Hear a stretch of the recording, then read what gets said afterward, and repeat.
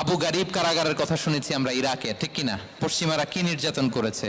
আমরা কিউবার গুয়ান্তানামো বের কথা শুনেছি, কি অমানবিক নির্যাতন তারা করেছে, কি টর্চার সেল তারা ওখানে করেছিল। সম্প্রতি আমরা আমাদের বাংলাদেশে আয়নাঘরের কথাও শুনেছি।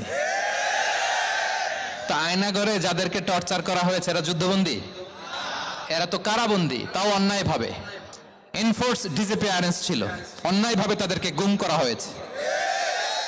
অন্যায়ভাবে বছরের পর বছর যাদেরকে এভাবে কষ্ট দেয়া হয়েছে, ফ্যামিলি থেকে দূরে রাখা হয়েছে, কিয়ামতের দিন তাদেরকে আল্লাহ জালেমের কাতারে দাঁড় করাবে। ইসলাম কারাবন্দী তো দূরের কথা, যুদ্ধবন্দীদের সাথে ভালো আচরণের কথা বলেছে। আল্লাহ বলেন ওয়ায়ুতঈমুনা আত-তাআমা আলা হুব্বিহি মিসকিনাও ওয়া ইয়াতীমান ওয়া আসীরা। বিশ্বাসীরা গরিব দুঃখীদের যেমনি খাবার খাওয়ায়, যুদ্ধবন্দীদেরও খাবার খাওয়ায়। এবং বিষ্ণু বলেছেন ইস্তাউসু বিল উসারা খায়রা, যুদ্ধবন্দীদের সাথে তোমরা ভালো আচরণ করো।